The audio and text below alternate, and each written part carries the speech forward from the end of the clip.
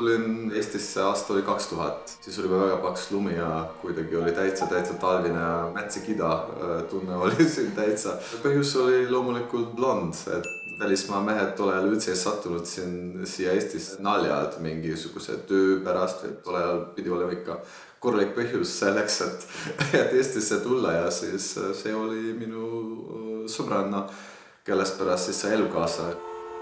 Ma enne elasin Saksamaal aasta ja Austrias aasta ja ma nägin, et läänes kõik on valmis, aga siin Eestist kõik tundus nii huvitav, et siin äkki saab veel midagi teha ja kõik oli algeline isegi Ungariga võrreldes.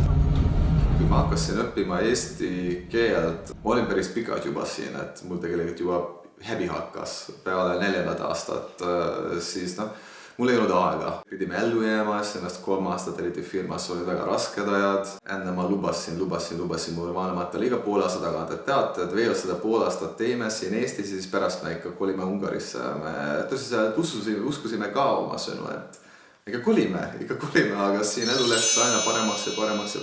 Paralleelselt nägin, et elu Ungaris üldse ei edene. Õppisin Tartus, tol ajal oli seal suveülikool.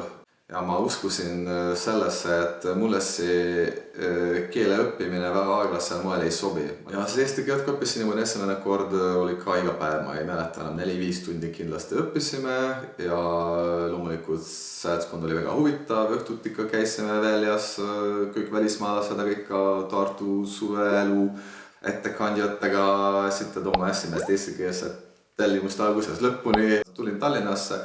Üritan samamoodi tellimust esitada eesti keeles, ikka ettekandjaga räägi minuga inglise keeles vastu. See oli ilmselge, et see oli nii suur vahe, et Tartus ettekandjatel oli aega sinuga rääkida.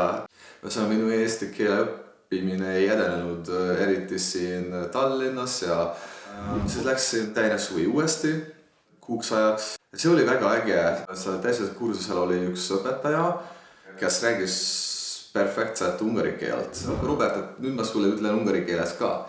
Siis ütles mulle ungari keeles, makes sense, et on midagi, et meie keele struktuur võib olla sarnes. Ja kui see keelekursus lõppes, siis mu keel hakkas kohe paranema, sest ma hakkasin Delfit lugema.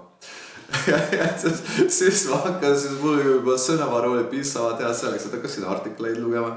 Hakkasin kommentaaride lugemine oli väga põnev, et seal ikka sain kohe selliste inimeste arvamustele ligi, kellega ma igapäevaselt ei ole kohtunud. Ja siis läbimurre tuli väga imelikul moel tegelikult Venezuelas. Et Venezuelas hakkasin eesti keelt rääkima. Oli üks surfireis. Ma elukaasana ei saanud kahjuks kaasa tulla ja ma läksin üksi ühe eestlastest gruppiga, kus ma ei teadnud mitte kedagi. Ja loomulikult juba lennukis tuli see välja, et ma räägin natuke eesti keelt ja siis ta ütles, et okei, Robert, et ma ei räägi sinuga inglise keeles. Hakkasin mind piinama. Tegelikult 2 nädalat oli minu tõeline piin, et nüüd ma pidin hommikust õhtuni Venezuelas eesti keelt rääkima. Aga tõesti tänu selle reisile, selle grupile tekkis mingisugune läbimurre võib-olla minu peas. Lihtsalt minu meelest eesti keel on väga ilus. Välismaalased külalised, kes tulevad Eestis, kõik ütlevad, et see on nagu oleks süke smurfide küla keel. Et selline armas ja laulev ja kõlab hästi. Aga ma arvan, minu välimus väga ei ole muutunud. Võib-olla ei paista välja klassikalise Eesti mehena. Tõesti, võib-olla umbes 10 aastat ma läksin poodi, interetati inglise keeles. Nüüd teretavad igal pool eesti keeles kohe, kuid ma välimuse poolt olen sama. Võib-olla keelega saavutada, mille sain liiklustrahvist ükskord kindlasti tänu eesti keele oskusele. Eestlased küll ütlevad enda kohta, et nad vinguvad palju, aga nad ei ole siis õigete ungarlastega kokku puutunud, sest meie oskame vinguda. Tegelikult sellega võrreldes eestlased on ikka tõesti minu meelest positiivne rahvas. Et nad aktsepteerivad oma saadust väga tihti. Ja üks lemmik ütlus on nüüd on nii. Nüüd on nii. Ja see, mis minu ungarlased sõbrad hullult vihkavad, sest ma hakkasin seda mis ütles nüüd on nii? Sest nüüd on nii. Kuidas nüüd on nii? Sest on nii, et mis sa saad veel teha, et nüüd on juba see juhtunud.